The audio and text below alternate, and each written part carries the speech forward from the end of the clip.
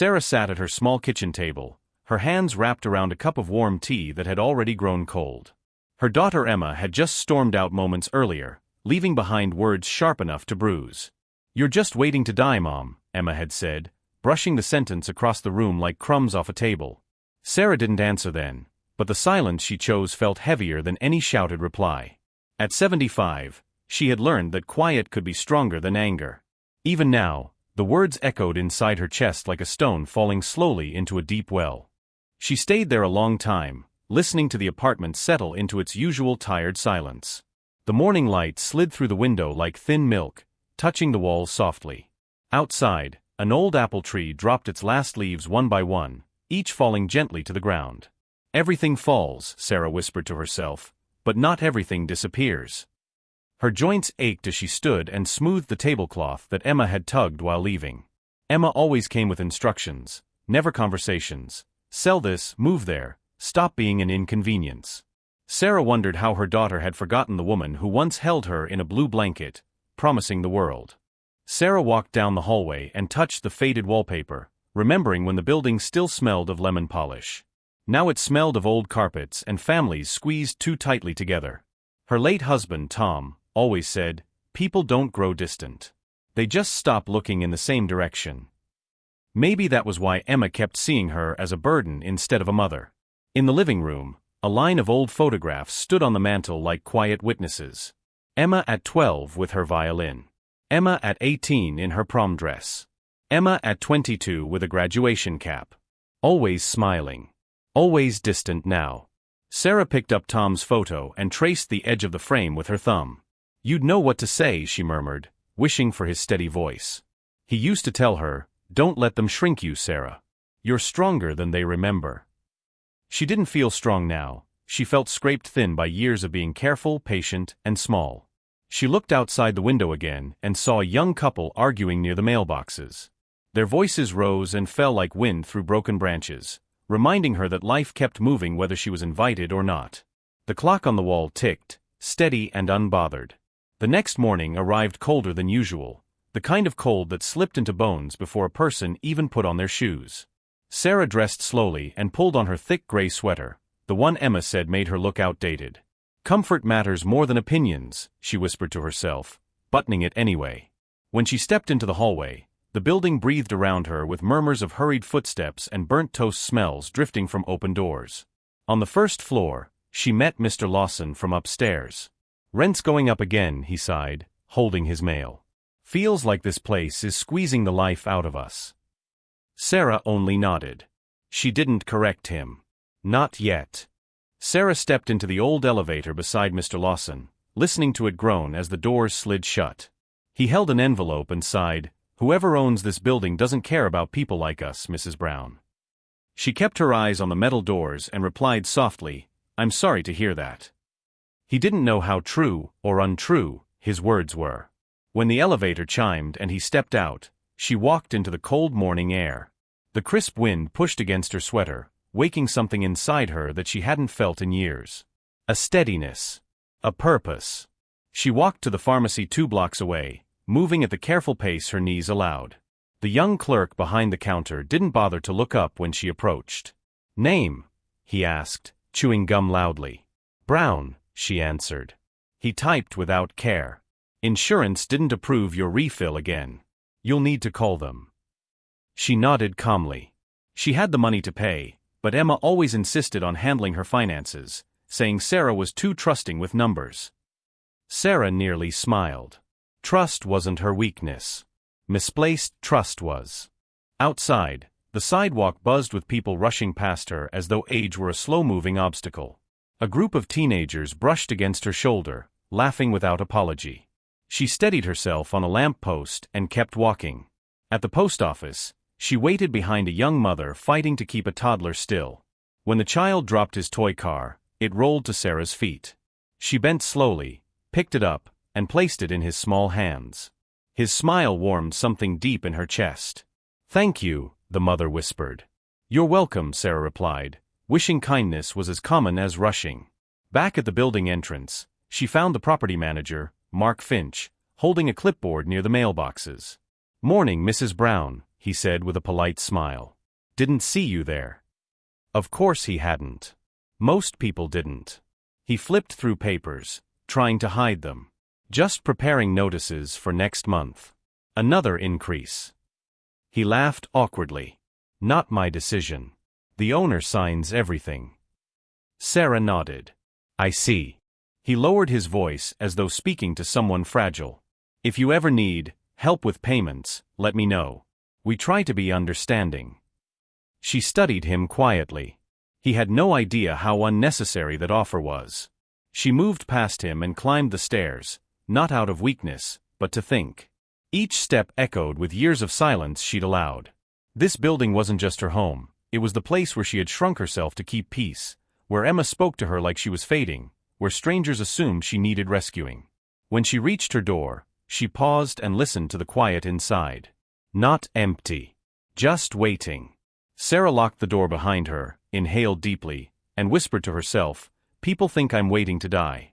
But they have no idea what I've been preparing for. That evening, Emma arrived without calling, her heels tapping down the hallway like warnings.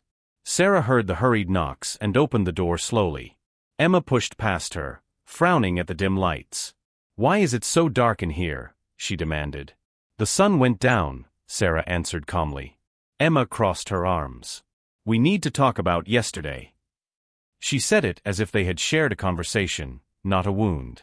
Sarah closed the door softly. What's the matter, Emma? Emma paced the room with restless irritation. You can't keep living like this, she said sharply. This apartment is too old. Your health isn't stable. I can't keep running over here every time you have a problem.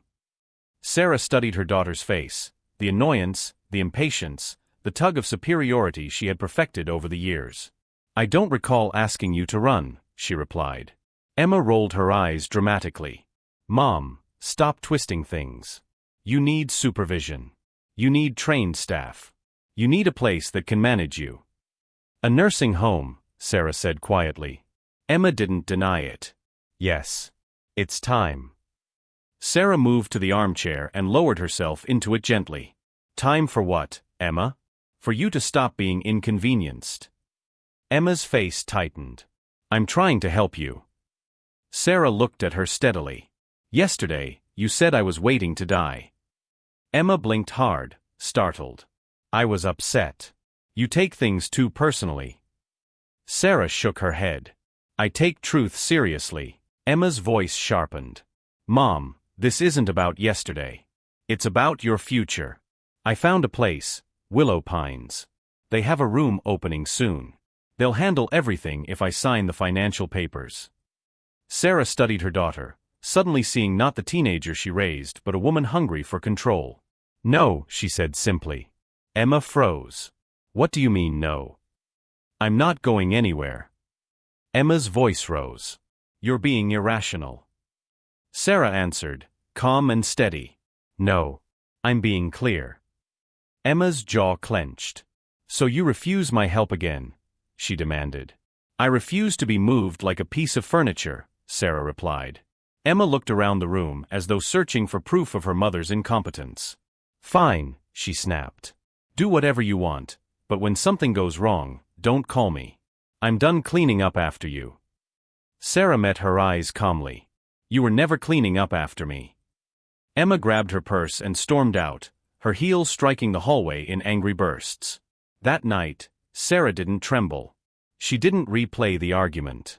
Instead, she slept lightly, with a strange clarity settling over her, like dust after a storm. The next morning, she woke early, dressed neatly, and stepped outside. She didn't go to the pharmacy or the post office. She went to the bank.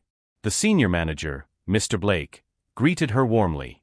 Mrs. Brown, he said. It's been a while. Sarah nodded. I want to see the documents for the Brown Living Trust. He blinked, surprised but respectful. Of course. He placed the thick folder in front of her, and Sarah opened it with steady hands. Page after page held the life she had quietly protected. Savings. Investments. And the building itself, hers entirely through the trust Tom had helped her build decades ago. Everything is intact, Mr. Blake said softly. You're in a strong financial position. Sarah nodded. I know. For years, she had let Emma believe she was fragile. For years, she had protected her peace by pretending to be small. That time was ending. Today was the first step. When she left the bank, the sunlight felt different, almost warm despite the cold. She walked home slowly, not from weakness but from purpose. In her purse lay the trust documents Emma had no idea existed. Emma believed she controlled Sarah's life. She believed decisions, money, and future plans revolved around her. She had no idea she was standing on ground owned by the very woman she tried to manage. Sarah whispered to herself, "She will soon understand." Later that evening, Emma appeared again, this time with a stranger. "Mom," she said stiffly. "This is Ms. Young from Adult Wellness Services. She'll be doing a quick assessment." Sarah stepped aside slowly. "An assessment?" The social worker smiled politely. "Just a routine check."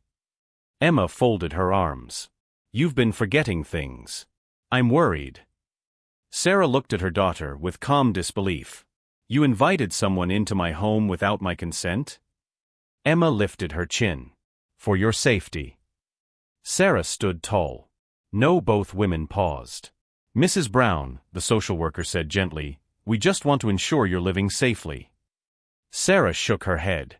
"My safety is my responsibility. I didn't ask for this evaluation." Emma's voice cracked with anger. "You can't refuse." Sarah met her eyes. "I can. And I will."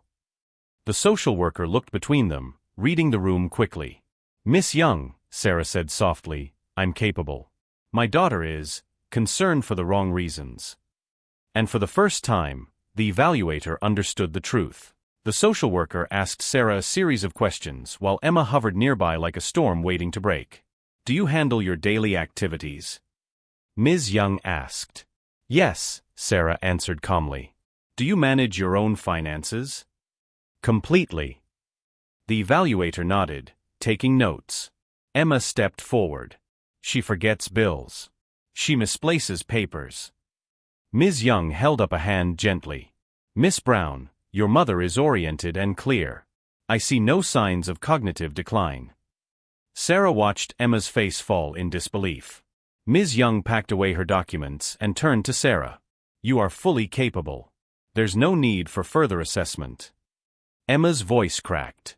"You're making a mistake. You don't know her like I do." The evaluator smiled kindly. "Your mother is perfectly fine." Then she left. The door closed softly behind her, leaving a thick silence between the two women. Emma spun around, anger trembling in her voice. "How could you embarrass me like that?" Sarah folded her blanket over the chair. "I protected myself." Emma's breathing grew uneven. "Why are you acting like this?" she demanded. Sarah met her eyes with steady calm. "Because you've forgotten who I am." Emma's shoulders sagged, but pride kept her standing. "Mom, I'm only trying to help." "Help doesn't come with control," Sarah replied. Emma swallowed hard, tears threatening. "I don't understand you anymore." Sarah whispered, "You've never tried to." Emma picked up her purse with shaking hands and rushed out. This time, she didn't slam the door. She just left. Days passed, and the building buzzed with whispers of rising rent and angry tenants. Word spread quickly through the hallways, bouncing off old walls. "Another increase." Mr. Lawson muttered. "Whoever owns this place is greedy." A woman added, "They probably live somewhere fancy and don't care about us." Sarah stood quietly near the bulletin board, listening to the frustration around her. None of them knew the truth. Not yet. Not until the right moment.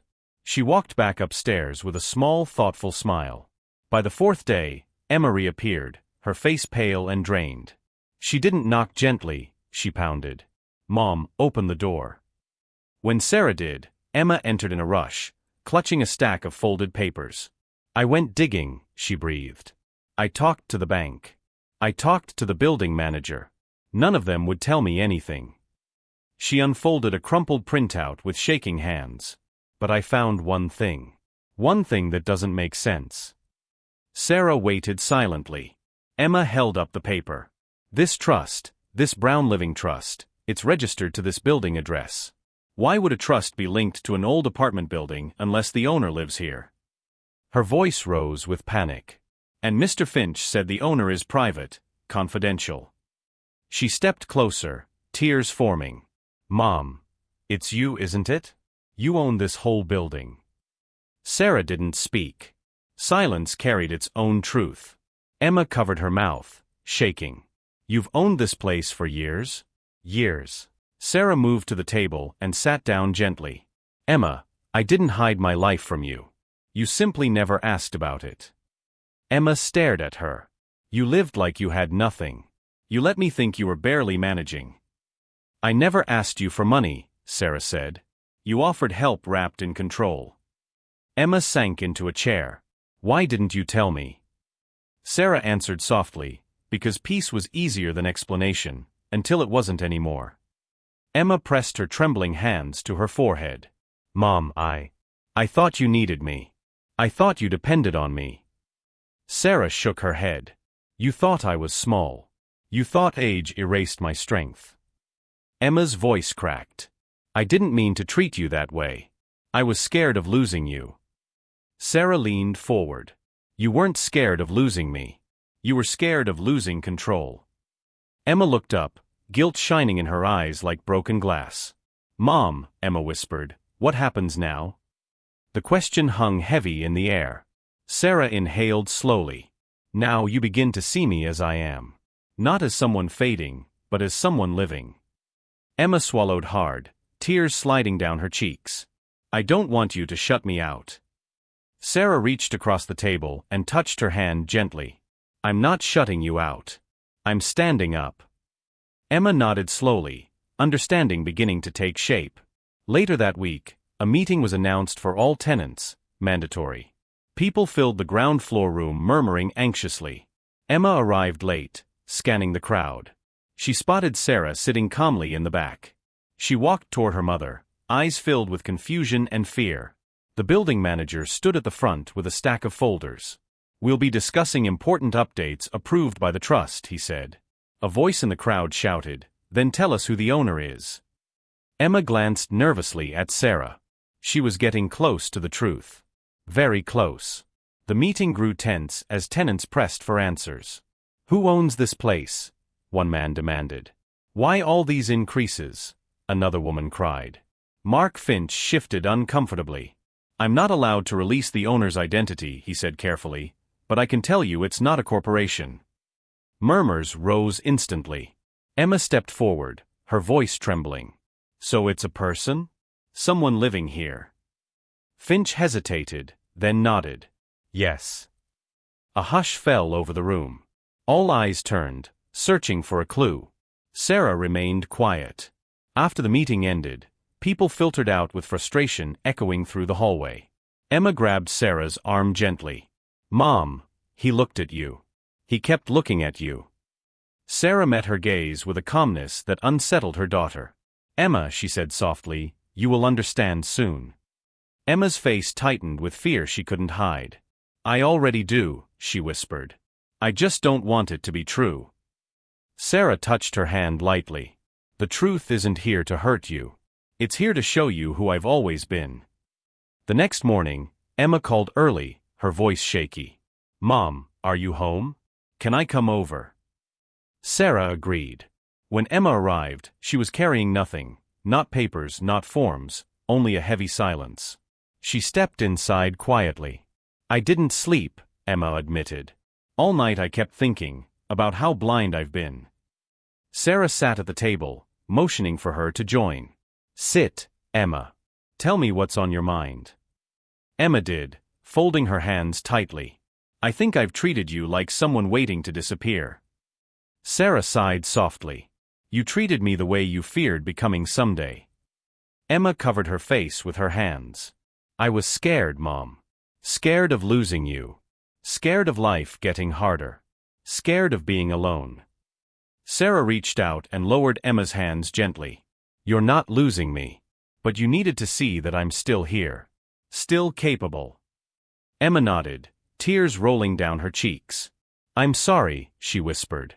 I didn't know how to love you without trying to control everything. Sarah held her daughter's trembling hand. Love doesn't mean taking over someone's life. It means walking beside them. Emma wiped her tears. I want to do better. I want us to start again. Sarah gave a warm, tired smile. We can. For a moment, the years between them softened, and the room felt lighter. It was the first time Emma had spoken from the heart instead of from fear. Outside the window, winter sunlight broke through the clouds, settling gently across the table like a small blessing. That afternoon, Sarah made her way to the building office with Emma following close but quietly. When they reached Finch's door, he stood up immediately. Mrs. Brown, he greeted respectfully. Everything is ready whenever you want to proceed. Emma looked between them nervously. Proceed with what? She asked. Finch glanced at Sarah for permission. Sarah nodded. Go ahead. Finch took a slow breath. Mrs. Brown is the legal owner of this building. She has been for decades. Emma's breath hitched, but this time she didn't crumble. Emma turned to her mother with wide, steady eyes. So it's true, she said softly.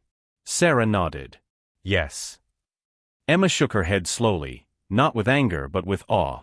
All this time, you carried all this alone?